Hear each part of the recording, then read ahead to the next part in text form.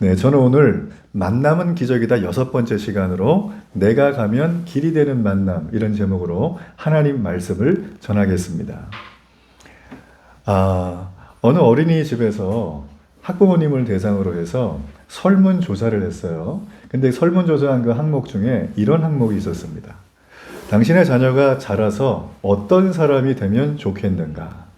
부모님들이 설문조사를 다 한 거를 취합을 해서 원장님이 검토를 하고 있는데 대부분의 부모님들이 자신의 아이가 이런 모습으로 자라면 좋겠다라고 하는 직업의 종류를 기록을 했습니다. 첫 번째가 뭔지 아세요? 요즘 대한민국에서 가장 많이 수능생들이 지원하는 과가 있어요. 아십니까? 몇 년째 지금 계속 이어지는. 네, 의사예요, 의사. 두 번째가 변호사. 세 번째가 사업가, 네 번째가 과학자, 이런 사람이에요. 여러분 얘기를 딱 들으니까 어떻죠? 사회적으로도 인정을 받고 돈도 잘 벌고 명예도 있고 편안한 삶을 사는 직업을 자녀들이 되면 좋겠다. 이렇게 기록을 해 놓으신 거예요. 그런데 그 중에서 아주 인상적인 답변이 하나 있었습니다. 너무나 지혜로운 답변인데 이렇게 했어요. 우리 아이가 나중에 자라서 이런 아이가 되면 좋겠다. 그 부모님이 어떻게 썼냐면 죄송합니다. 제가 잘못했습니다. 이 말을 할 수 있는 아이로 자라면 좋겠습니다. 그렇죠. 원장님은 이 글을 보면서 이런 부모님 밑에서 자란 아이는 얼마나 바르고 멋지게 성장할까 그런 기대를 가졌다는 것입니다. 우리 주변에는 이 짧은 말 한마디 죄송합니다. 제가 잘못했습니다. 이런 말들을 많이 배운 사람이나 많이 가진 사람이나 명예가 있는 사람이나 제대로 하지 못하는 걸 우리는 자주 봅니다. 그렇기 때문에 세상에서도 뭔가 좀 큰 인물이다, 좀 위대한 인물이다 라고 할 때 그 사람의 치적을 보는 게 아니라 그의 삶의 태도를 본다는 거예요. 성경에도 예수님은 우리에게 가장 큰 자가 되려면 한 가지를 말씀하셨어요. 그게 뭐냐면 항상 남을 섬기는 자가 되라는 거예요. 위대한 사람 그리고 큰 인물의 공통점이 있는데 그건 바로 나보다 남을 먼저 생각하는 사람입니다. 우리 옆분을 바라보면서 이렇게 한번 인사해 주세요. 남을 먼저 배려해 주세요. 네, 이거 여러분 우리가 어린이집 다닐 때 다 배우는 건데 그죠? 나이 들어서도 우리가 계속 얘기를 해야 됩니다. 우리는 그래서 부족한 존재라는 거예요. 자, 오늘 말씀해 보면 누가 위대한 사람인가, 누가 큰 인물인가에 대해서 기가 막힌 생명의 메시지가 기록되어 있습니다. 자, 누가복음 7장 28절의 말씀. 자, 이 말씀을 제가 한번 읽어봅니다. 내가 너희에게 말하노니 여자가 낳은 자 중에 요한보다 큰 자가 없도다. 그러나 하나님의 나라에서는 극히 작은 자라도 그보다 크니라 하시니. 자, 여기 지금 읽어보면 세례 요한이라고 하는 당대 최고의 선지자가 등장을 합니다.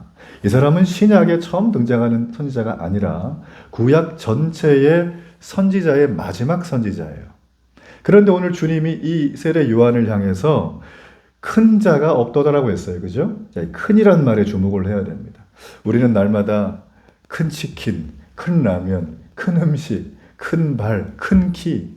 제가 주중에 어떤 아이가 기도하는 영상을 봤는데 몇 살짜리 꼬마 아이가, 여자아이가 잠을 자면서 어떻게 기도하는 줄 아세요? 하나님, 저 아빠보다 키 더 크게 해주세요. 아빠가 작거든요. 그러고 애가 막 처먹 기도하는 거예요. 근데 보면 다 큰 인물 되게 해주세요. 큰 키 해주세요. 공부도 크게 잘해주세요. 다 큰 거예요. 여러분, 우리가 이 큰이란 단어를 생각을 할 때 기본적으로 뭔가 굉장히 좋고 크고 멋있고 이런 걸 생각을 합니다. 자, 여기 나와 있는 내용도 크게 다르진 않아요. 성경에서 이 큰이란 단어는 가장 위대한 존재, 가장 높은 존재, 가장 권능과 능력이 탁월한 존재를 부를 때 보통 이 큰이라고 하는 단어를 쓰게 됩니다. 자, 그렇다면 우리는 여기서 생각을 해봐야 됩니다. 왜 우리 주님은 세례 요한에게 이렇게 큰 자라고 하는 엄청난 칭찬을 하셨을까? 여러분, 왜 하셨을까요? 여러분, 성경은요, 읽다 보면 참 놀라운 게 많아요. 성경은 성경이 답을 해주는 경우가 너무 많습니다. 자, 그게 바로 27절에 나오는데, 자, 우리 이 말씀 함께 한번 읽어볼까요? 시작. 기록된 바 보라, 내가 내 사자를 내 앞에 보내노니 그가 내 앞에서 내 길을 준비하리라 한 것이 이 사람에 대한 말씀이라. 자, 오늘 주님께서 말씀하시는 이 사람, 그가 누구냐면 바로 세례 요한이에요. 내 앞에서 내 길을 준비한다라고 했습니다. 자, 한마디로 말하면 주님 보시기에 가장 큰 사람이 누구냐면 주님의 길을 그 앞에 가서 미리 닦아놓는 사람, 그 길을 준비해 주는 사람, 그 길을 예비해 주는 사람이에요. 주님이 가시는 길을 미리 마련해서 준비해 주는 사람이 위대한 사람이다 라고 지금 오늘 우리 예수님은 말씀해 주는 거죠. 자, 그러면 우리는 한번 생각을 해봐야 됩니다. 여러분 스스로에게 질문을 한번 던져보세요. 나는 주님의 길을 미리 가서 닦아주는 사람인가? 나는 다른 사람이 길을 잘 걸어갈 수 있도록 그 길을 미리 예비하고 닦아주고 준비해 준 사람인가? 아니면 내가 길 위에 서서 그 길을 탁 가로막고 내가 먼저 가겠다고 날마다 얘기하는 사람인가? 우리는 그 둘 중에 하나일 겁니다, 분명히.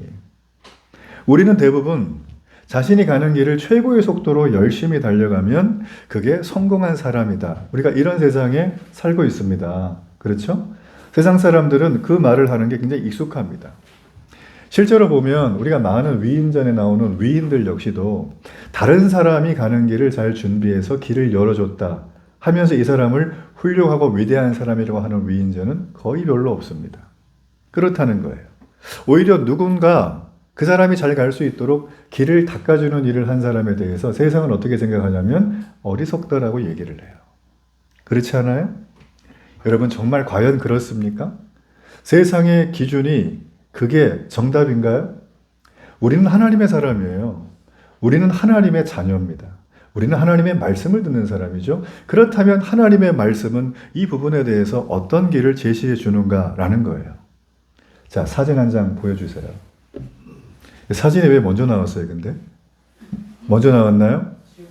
지금 나왔어요? 예, 그래요. 자, 이 사진을 보면 여러분 추우세요, 혹시? 괜찮으세요? 네. 저 굉장히 친절한 목사죠. 다 물어보고. 네. 흐름도 막 끊어가면서. 네. 자, 보세요. 자, 여기 나와 있는 이 사진을 보니까 여러분 아마 낯설게 처음 보는 분도 많으실 겁니다. 자, 이 두 분이 동일 인물일까요? 생김새가 비슷하죠? 그렇죠? 한쪽은 이름이 있고 한쪽은 이름이 없죠? 네. 서로 다른 인물입니다. 근데 시대는 비슷해요. 자, 오른쪽에 있는 사람이 누구냐면 망치 들고 서 있죠. 벽에다 뭐 박아놓고 대자보 붙이고. 이분이 누구냐면 종교개혁을 일으켰던 마르틴 루터예요. 1517년도 10월 31일에 독일 비텐베르크 대학 안에 있는 대학교 교회 그 정문에다가 95개조의 반박문을 딱딱딱 붙였어요. 이게 신호탄이 돼서 카톨릭, 천주교가 그 안에 있었던 부패와 부정과 온갖 스캔들이 세상에 드러나게 되는 계기였어요. 이 일을 통해서 벌어진 게 바로 종교개혁입니다. 자, 우리가 다니고 있는 이 교회는 카톨릭 교회입니까? 개신교회입니까? 개신교입니다. 개신교. 우리는. 개신교가 원래 명칭이에요. 기독교에는 천주교와 개신교가 함께 섞여 있는 말입니다. 근데 한국은 유독 기독교 그러면 개신교로 통칭이 되는데 그건 여러 가지 역사적인 이유가 있어요.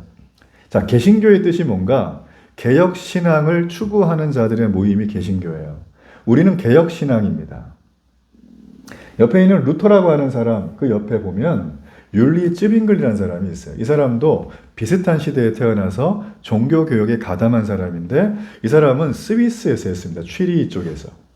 이 율리 쯔빙글이라는 사람이 얼마나 유명한 사람이고 대단한 사람이냐면 당시에 성경이 라틴어 하나로만 되어 있었어요. 라틴어 옛날 거는 지금도 읽기가 어렵고 해석이 어려워요. 옛날에는 한 1% 정도밖에 이 라틴어 성경을 읽을 수가 없었어요. 나머지 사람들은 성경 없이 교회 다니는 거죠? 그렇죠? 우리가 성경 없이 교회 다닌다고 생각을 해보세요. 성경을 아는 사람 얘기를 들어야지만 성경을 알 수 있잖아요. 그래서 카톨릭이 그렇게 부정부패가 많았던 거예요. 타락을 했던 거예요. 지금 모르겠지만. 여하튼 자, 그때 이 쯔빙글라고 한 사람이 스위스 취리 방언으로 신구약 성경을 번역을 합니다. 뿐만 아니라 루터가 일으켰던 종교개혁에 촉발된 개혁신앙을 자기는 온전히 더 제대로 지키겠다, 성경대로 하겠다라고 하면서 시작을 해서 이 사람의 별명이 개혁파예요. 개혁파. 날마다 자기를 개혁하는 사람. 자, 유럽에서 종교개혁이 이렇게 한창 일어나고 있는 어느 시점이었습니다. 이 두 사람은 원래 같은 라인이고 같은 쪽을 바라보는 사람인데 시간이 지나면서 약간의 이견 차이가 있었어요. 그래서 그 둘에게 서로 간에 좀 괴로운 시간이 있었고 의견이 좀 다르다 보니까 이게 좀 불편하잖아요. 자, 그러던 중에 이 쯔빙글리가 우연히 자기네 동네 스위스의 어느 산골 골목을 지나가다가 놀라운 광경을 목격하게 됐어요. 스위스가 여러분 아는 것처럼 알프스가 있잖아요. 그래서 막 길이 좁아요. 산이 많고. 그런데 그 오솔길이 이렇게 있는데 산 비탈에 그 염소 한 마리가 겨우 지나갈 만한 그 오솔길에 염소 두 마리가 위에서 한 마리, 밑에서 한 마리가 올라가는 거예요. 그래가지고 쭉 가다 보면 딱 만나겠죠. 그 문제가 있겠죠. 얘네가 어떻게 될까? 이 쯔빙글리가 이렇게 쳐다보고 있었답니다. 염소 둘이가 아니나 다를까 어느 지점에 딱 가니까 딱 쓰더니만 머리를 딱 숙이고 뒷발을 막 당기면서 뭔가 이렇게 돌진할 태세를 막 하더라는 거예요. 아니나 다를까 얘네들이 막 걸어가는 거예요. 그런데 희한한 일이 벌어졌어요. 올라가고 있던 염소가 갑자기 바닥에 납작 엎드리는 거예요. 내려오고 있던 염소가 아무런 개의치 않고 그 엎드려 있는 염소의 등을 살짝 밟고 싹 지나가면서 갈 길 가는 거예요. 더 신기한 건 엎드려져 있었던 이 염소가 벌떡 일어나더니만 툭툭 털고선 휘파람에서 막 가더라는 거예요. 쯔빙글리가 이 장면을 보고서 무릎을 탁 쳤어요. 그렇구나. 염소가 기꺼이 몸을 낮출 줄 알았기 때문에 저렇게 높은 산꼭대기에 올라가서 염소들이 자유제대로 움직이는 거구나. 염소가 길을 만들어준 거예요. 누가 위대한 사람입니까? 우리가 염소보다 못해서는 안 되잖아요? 길을 만들어주는 사람이 위대한 사람입니다. 내가 가는 길이 하나님을 만나게 해주는 사람이 위대한 길이라는 거예요. 남이 길이 막혀 있다면 길을 터주는데 내 삶을 드리는 것이 위대한 사람이라고 성경은 말해주고 있어요. 여러분, 오늘부터 남이 안 되기를 바라지 말고 다른 사람의 길이 열릴 수 있도록 그 시간에 그 삶에 여러분의 인생을 함께 하기를 축복합니다. 여러분, 또 하나는 이 세례 요한에 대해서 성경이 말해주는데 세번역 성경에 보면 세례 요한을 나는 내 심부름꾼을 너보다 먼저 보낸다라고 얘기를 해요. 그가 내 앞에서 길을 닦을 것이다 라고 얘기를 합니다. 자, 여기 보면 내 심부름꾼, 바로 하나님의 심부름꾼이죠. 그렇죠? 우리 주님이 곧 오세요. 이 심부름꾼은 예고편을 보여주는 사람이에요. 이 사람이 쭉 오는데 너보다 먼저 보내요. 근데 그 사람이 오는 이유가 있어요. 바로 내가 가기 전에 나의 길을 미리 쫙 닦아주는 거다. 우리를 말하면 홍보물을 다 붙여주고 막 이렇게 홈페이지에 올려주고 하는 그런 사람을 지금 세례 요한이라고 예수님이 직접 말을 한 것입니다. 세례 요한의 사명은 자신의 길을 세상 사람한테 어필하는 게 아니라 주인공이신 예수님이 오실 수 있도록 길을 열어주는 사람입니다. 쉽게 말하면 주님이 잘 갈 수 있도록 길을 닦아주는 사람이라는 거예요. 여러분, 나의 말 한마디 때문에, 나의 행동 하나 때문에 우리 주님이 가시는 길이 확 열리게 된다면 여러분, 성경은 이런 자를 큰 자라고 합니다. 그러나 나의 말 한마디 때문에, 나의 행동 하나 때문에 주님이 가시는 길을 가로막고 있다면 성경은 이런 사람을 어둠에 거하는 자라고 해요. 에베소 말씀에 보면 예수님을 믿은 사람은 빛의 자녀라고 했어요.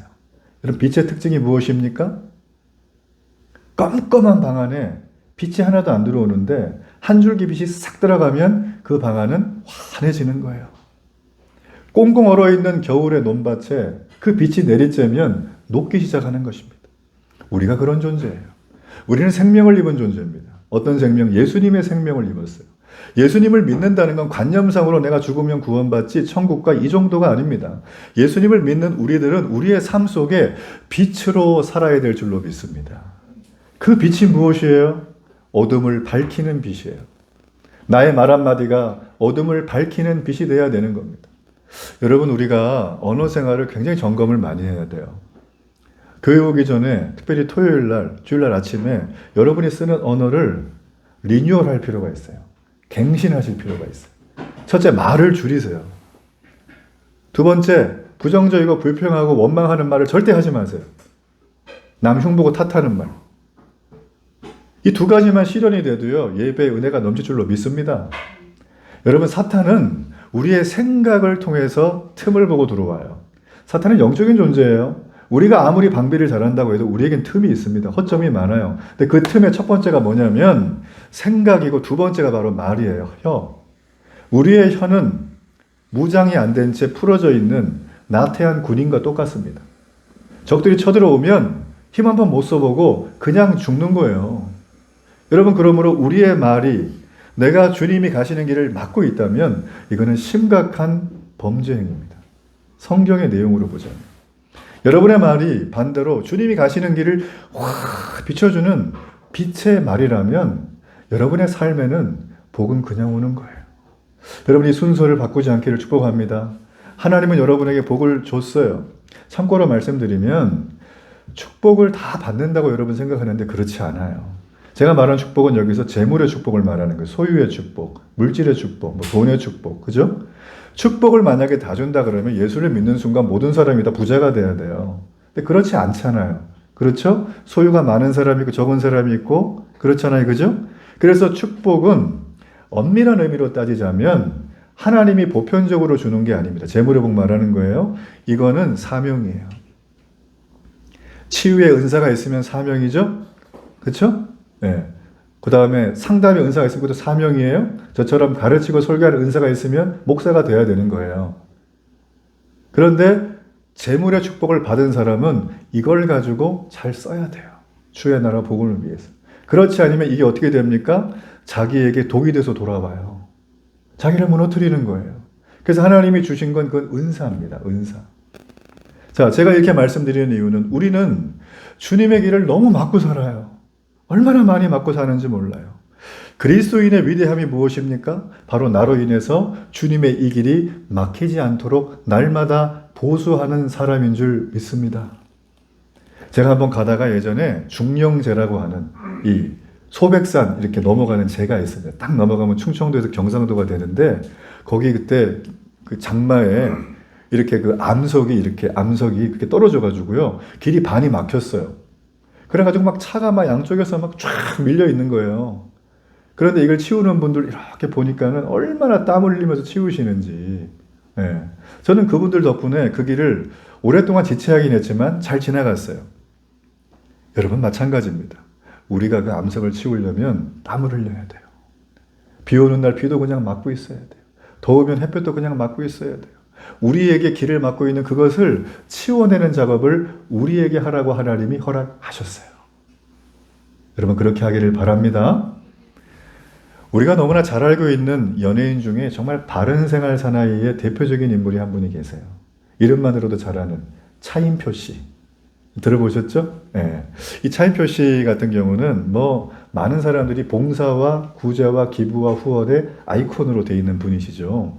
이분은 아동학대 홍보 대사를 지내고 있습니다. 특별히 북한에 대한 마음이 많아가지고 북한 어린이 고아원 시설도 해주고 의료사업도 지원해주고 여러 가지 일들을 많이 하고 계십니다. 그리고 전 세계의 빈곤 아동들을 이렇게 건지고 구호하는 단체인 컴패션에서 열심히 활약하고 계신데 참고로 저희 데일리 교회도 컴패션에 있는 아동 한 명을 입양을 해서 함께 지금도 섬기고 있죠. 저는 앞으로 더 늘어나기를 축복합니다. 네, 우리 까를라라고 하는 아이인데 미취학 아동이에요. 저 뒤에 보면 인포메이션이 있으니까 손잡고 붙들고 안수기도 많이 해주시길 바랍니다. 그리고 이분 같은 경우는 두 자녀를 실제로 입양을 해 지금 키우고 있고요. 이제 성인이 됐지만. 그리고 최근에는 일본군 위안부 문제를 다룬 장편 소설이 영국 명문대인 옥스퍼드대에 이 선정 도서가 돼서 채택이 되면서 이 세간의 화제가 되고 있습니다. 자, 이 차인표 씨가 이렇게 놀라운 일들을 많이 했는데 이분이 인터뷰했던 내용 중에 이런 말이 있습니다. 제가 만약에 어디를 도왔다 하면 언론은 차인표가 도왔다고 말합니다. 차인표가 어떤 사람을 도왔고 왜 도왔는지는 보지를 않죠. 그것은 가리키는 방향은 보지 않고 손가락만 보는 거예요. 차인표 씨는 지금 뭔가 마음이 불편한 거예요. 내가 지금 이걸 하고 있는데 나를 자꾸 보는 거예요. 내가 그 방향을 해야 되는데 손가락이 나만 보고 있는 거죠. 그러면서 다음과 같이 당부를 했어요. 어떤 사람이 선한 일을 했다면 그 사람을 볼 것이 아니라 그 사람 안에 선한 일을 하게 하신 하나님을 보는 게 맞습니다. 어떤 사람이 악한 일을 했다면 그 사람을 정죄하고 나무라기 전에 그 사람 안에 있는 어둠의 세력을 보는 게 맞습니다. 내가 선한 일을 했다면 내가 남을 도왔다면 내 속에 있는 하나님이 하셨음을 바라보는 게 저는 그게 내게 기쁨입니다. 그런 얘기를 했다는 거죠. 정말 놀라운 통찰입니다. 내가 지금 뭔가를 하고 있는 것 같지만 나는 그냥 길을 닦는 사람이라는 거죠. 나는 그냥 손가락이에요. 방향만 가리키는 자인데 손가락이 높임받아서는 안 된다는 거예요. 여러분, 저도 이런 영적인 거룩한 갈망이 있습니다. 저도 이렇게 길 닦는 사람이 되고 싶어요. 우리 주님 가시는 길을 넓게 넓게, 낙석이 떨어져 있지 않나, 오물이 있지는 않나, 다른 사람이 문제가 있지는 않나, 이 길을 날마다 제가 쳐다보면서 이렇게 보수하는 사람이 되고 싶어요. 자, 이게 여러분 뭔지 아십니까? 이게 뭐냐면 제가 길 닦는 사람이 되고 싶어서 제 카톡 프로필에다가 올려놓은 프로필 내용 중에 하나예요. 제가 읽어볼게요. 성도가 예뻐 보이기 시작을 했다. 사람을 가르치고 바꾸려 하기보다 있는 그대로 받아주고 그들의 약점과 상처마저 끌어안고 눈물로 녹여내는 것이 목자의 길임을 알게 됐다. 목사란 오직 말씀과 기도로 성도를 목양하는데 모든 것을 걸어야 하는 사람임을 비로소 깨닫게 되었다. 제가 오늘 책을 보다가 너무 제 마음에 주는 마음이에요. 그래가지고 제가 탁 밑줄을 긋고 이걸 찍어서 올렸어요. 진짜 위대한 사람, 큰 자는 누구입니까? 자기 자신의 이름을 걸고 자신의 삶에서 뭔가 윤택함을 추구하는 게 아니라 우리 주님이 가신 길을 예비하고 열어주는 사람이 진짜 큰 자인 줄로 저는 믿습니다. 나의 이름이 아니라 주님의 이름이 더 잘 보일 수 있도록 길을 열어주는 사람이 그게 위대한 사람이라는 거예요. 자, 저는 여러분이 그런 놀라운 삶 가운데 함께 하기를 바랍니다. 우리가 아까 전에 읽었던 말씀 중에 28절 하반절에 보면 그러나 하나님의 나라에서는 극히 작은 자라도 그보다 크니라 라고 했습니다. 그보다 크다. 자, 여기 말씀해 보니까 세례 요한이 이 땅에서 출생한 사람 중에 가장 큰 자라고 했는데 근데 갑자기 주님이 말을 바꿔서 아니야. 하나님 나라, 이게 천국이란 말이에요. 하나님 나라에서는 제일 극히 작은 자보다 세례 요한이 더 작다라는 거예요. 도대체 왜 예수님은 이런 얘기를 하고 있을까? 천국에서 가장 작은 자들이 왜 세례 요한보다 더 큰 자일까라는 것입니다. 여러분, 우리가 이 부분을 좀 짚고 넘어가야 됩니다. 그냥 지나가서는 안 되죠. 자, 예수님은 세례 요한의 이 선지적인 활동에 대해서 너무나 칭찬하고 인정해 줬습니다. 위대한 자다, 큰 자라고 말을 해 줬습니다. 여러분, 그런데 세례 요한의 사명의 길이는 천국 문 앞까지예요. 천국 문 앞까지 그는 예수님이 오셨다, 천국이 임했다 라고 말해줄 수 있는 길을 열어준 사람입니다. 그런데 여러분, 우리는 누굽니까? 하나님 나라 안에 들어간 사람, 천국의 문 안에 들어간 존재들이죠. 우리는 천국의 문 앞에 들어가서 이제 천국의 복음 안에 들어가서 세례 요한보다 하나님이 허락하시는 천국의 복음 안에서 더 많은 걸 누리며 살고 있는 존재들입니다. 그래서 우리는 누군가요? 하나님의 백성, 하나님의 자녀인 거예요. 하나님의 백성과 하나님의 자녀는 길을 제시하는 이정표인 세례 요한보다 훨씬 더 큰 자라고 주님이 말해주는 겁니다. 정리하자면 위대한 자, 큰 자가 되는 비결은 간단해요. 여러분이 큰 업적을 세우는 게 중요한 게 아니에요. 여러분이 신앙생활 잘하는 게 중요한 게 아니에요. 내가 지금 하나님의 자녀가 된 것 자체가 큰 자가 된 거예요. 자, 이 화면에 나와 있는 이 정말 명작이죠. 여러분, 이게 혹시 이름이 뭔지 아시겠습니까? 예, 이거 누가 그렸죠?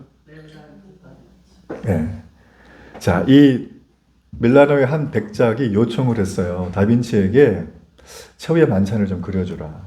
그래서 무려 3년에 걸쳐서 그린 그림입니다. 이 그림이 처음 그려져서 걸렸던 데가 어디냐면 밀라노의 한 성당에 있는 수도원의 식당의 벽화예요.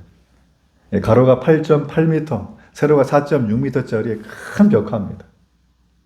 여러분, 그런데 많은 사람들이 이 최후의 만찬을 다빈치가 처음 그린 그림으로 알고 있는데 그렇지 않습니다. 당시에 유명한 화가라면 이 최후의 만찬을 한 번씩은 다 그렸어요. 자, 그럼에도 불구하고 이전의 그림들과 다빈치가 그렸던 이 최후의 만찬이 아주 특별하게 다른 차이점이 있습니다.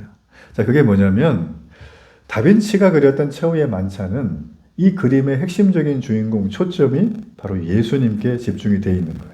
그림을 잘 보세요. 가운데 예수님 계시죠? 예수님께 모든 초점이 맞춰져 있어요. 그렇죠?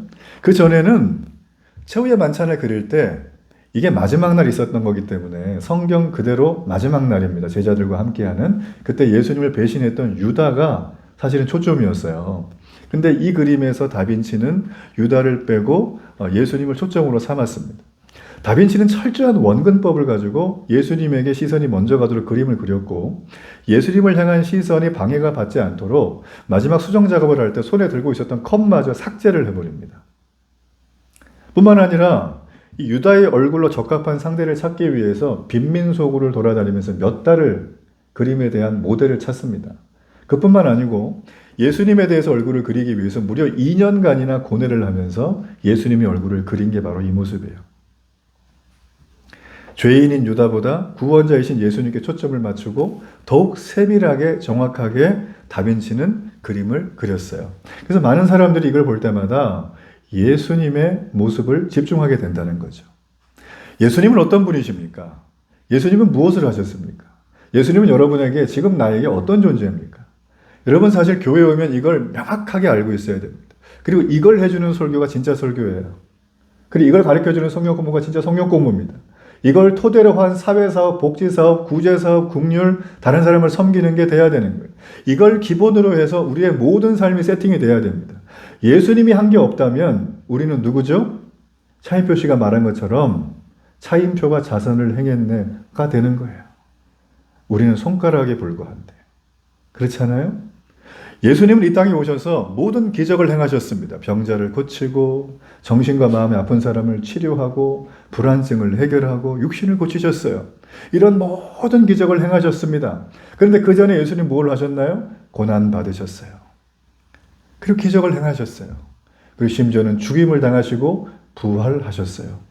그러면서 예수님은 두 가지를 하셨는데 첫 번째는 이 모든 걸 통해서 하나님의 자녀들을 부르셨어요. 그리고 이 모든 걸 통해서 하나님의 말씀대로 이루어지는 말씀이 응하였다라고 말씀하셨어요. 성경 그런 말씀 많이 나오죠. 그리고 하나님은 이 모든 걸 통하여 우리 주님을 통해서 영광을 받으셨어요.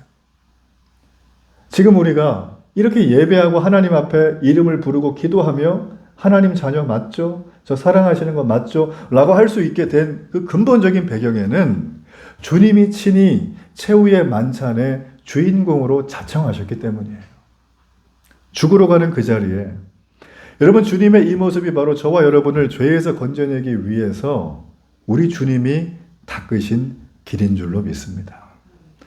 여러분 우리가 하나님의 자녀가 된 건 어느 날 우연히 된 게 아니에요. 여러분이 지금 이 시점에 예수님을 믿고 있는 건 어느 날 우연히 여러분이 선택해서 온 게 아닙니다. 바로 성부 하나님의 철저한 계획, 성부 하나님은 0.1%의 오차도 없죠. 실수가 없는 분이 완전한 계획을 하시고 그 계획 속에서 성자 예수님이 이 땅에 오셨습니다. 그 성자 예수님께서 우리에게 오셔서 십자가의 고난을 질 필요가 없는데 나 때문에 십자가의 고난을 당하시고 죽으시고 죽은 지 사흘 만에 부활한 사건. 이게 바로 예수 그리스도를 믿는 개신교의 핵심이라는 것입니다. 그 예수님께서 그 몸에 짊어지셔서 이루어낸 위대한 구원의 사건이 바로 우리에게 은혜가 되는 사건이에요. 여러분 은혜는 이렇게 온 겁니다. 그냥 한 번에 어느 날 갑자기 그렇게 온 것이 아닙니다. 이제 저와 여러분이 하나님 나라의 자녀가 되고 백성이 되었다는 그 사실이 얼마나 위대한 감사를 해야 될 주제인지 감이 좀 오십니까? 제가 신학교를 다닐 때 그냥 하나님이 좋았어요. 좋으니까 갔겠죠. 그리고 저는 금식기도 하다가 부르심을 받았어요. 그 신학교를 갔어요. 딱 갔는데 제 생각이랑 다른 거예요. 어떤 생각이냐면 저는 공부를 별로 안 좋아합니다. 책 보는 거 별로 안 좋아해요. 그때까지만 해도. 그러다 보니까 신학교를 갔더니 왜 이렇게 보란 책도 많고 공부할 것도 많고 제가 그래서 안 되는 건데 해보려고 애를 써봤거든요. 잘 안 되는 거예요. 그러다 보니까 서서히 그렇게 좋던 하나님과의 나와의 관계가 차가워지기 시작을 하는 거예요. 야, 이거 문제가 심각하다. 그러고 나서 제가 하나님 앞에 기도했어요. 하나님, 제가 하나님 너무 좋고 사랑하는데 저는 후퇴 없이 하나님을 너무 직진으로 사랑하는데 이 공부해야 돼요? 별 말씀이 없어요. 아, 저 이거 어떻게 하는지 모르겠어요. 여러분도 하나님을 믿을 때 어떤 주제 앞에서, 어떤 상황 앞에서 이런 난관에 복종할 때가 없으셨어요? 내 뜻은 하나님 분명히 사랑하는데 이상하게 하나님과의 관계가 점점 써먹써먹해지고 뭔지 모르게 하나님 이름 불러도 좀 냉랭하고 내 기도도 응답이 잘 안 되는 것 같고 교회 가서 예배드려도 그냥 껄쩍지근하고 내가 도대체 이게 지금 교회를 왜 다니지? 신앙생활을 왜 하지? 이럴 때가 여러분 없으셨어요?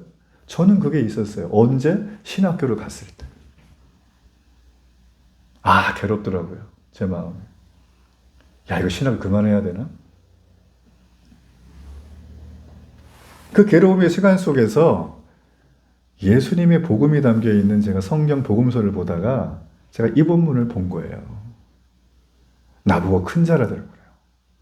이게 뭔 소리지? 내가 왜 큰 자야?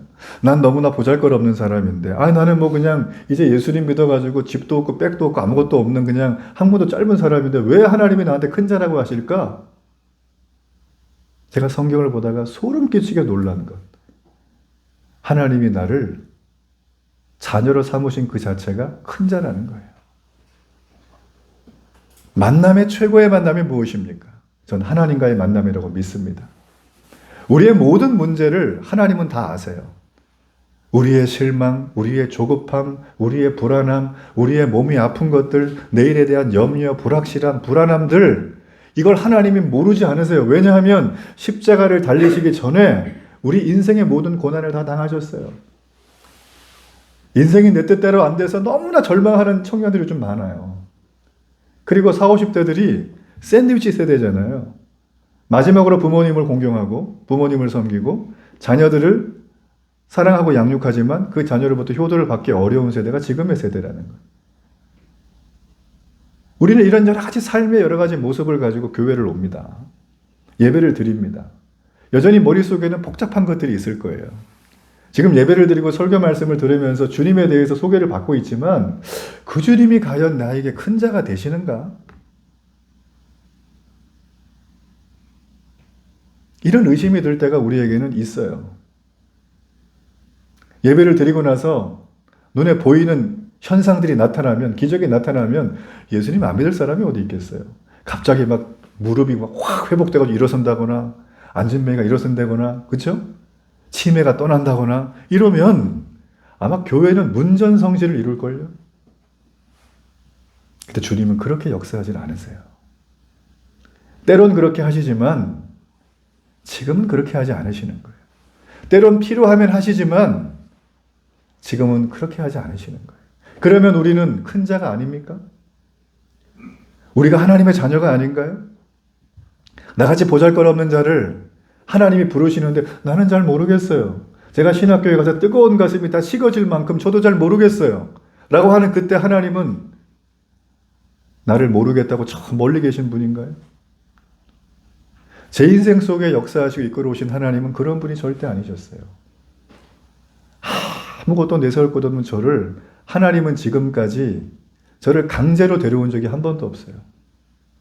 저의 실수를, 저의 부족함을, 저의 누추한 모습을 세상에서 욕을 얻어먹는 그런 모습에 있을지라도 하나님이 저를 지금까지 이끌어 오셨어요. 왜 이끌어 오셨을까요? 바로 예수님의 십자가의 기적 때문입니다. 예수님의 고난받으심 때문입니다. 예수님의 놀라운 부활의 영광 때문입니다. 여러분, 우리가 이 예수님에 대해서 제대로 알지 못하고 교회를 다니면 우리는 예수님 앞에 요구사항만 점점 늘어나요. 그게 안 들어지면 실망했어요. 그런 분인지 몰랐어요. 저 이제 교회 안 다닐래. 이렇게 되는 거예요. 예수님은 이미 그런 모든 것들을 준비해주고 계십니다. 오늘 본문은 말씀하고 있습니다. 하나님 나라에서 지극히 작은 자, 보잘것없는 우리가 주의 길을 멋지게 예비했던 세례 요한보다 더 큰 자다. 여러분 마음에 이 마음을 절대 잊어버리지 마세요. 나는 큰 자예요. 내 상태가 어떻게 됐든지 간에 나는 큰 자예요. 여러분, 내가 가면 길이 되는 만남은 큰 자가 가야지만 그런 역사가 나타날 줄로 믿습니다. 여러분 마음에 이걸 꼭 간직하세요. 그래서 우리 12월부터 벌어지게 되는 다음 주에 있을 소중한 당신 그 영혼, 주중에 그들을 만났을 때 정말 이 큰 자의 마음으로 다가가세요. 내가 말했는데 거절하면 어떡하지? 거절하는 건 당연해요. 내가 말하는데 날 욕하면 어떡하지? 욕하는 건 당연하다니까요. 내가 말했는데 나한테 뭐라고 하면 어떡하지? 그건 당연한 거예요. 그렇지만 얘기하셔야 돼요. 우리가 여기까지 온 것도 누군가 그렇게 얘기한 거 아닙니까? 그렇죠? 우리는 주님의 길을 가로막고 서 있는 자가 아니라 주님의 길을 예비하고 닦아주고 준비하는 자인 줄로 믿습니다. 그런 자들의 기도를 하나님은 들으시고 응답하시는 거예요. 여러분, 여러분이 그런 놀라운 삶의 현장 속에서 지금의 자신의 이성과 생각을 뛰어넘어서 이런 초월적으로 역사하신 하나님의 놀라운 은혜와 응답을 가지고 날마다 승리하기를 주의 이름으로 축복합니다.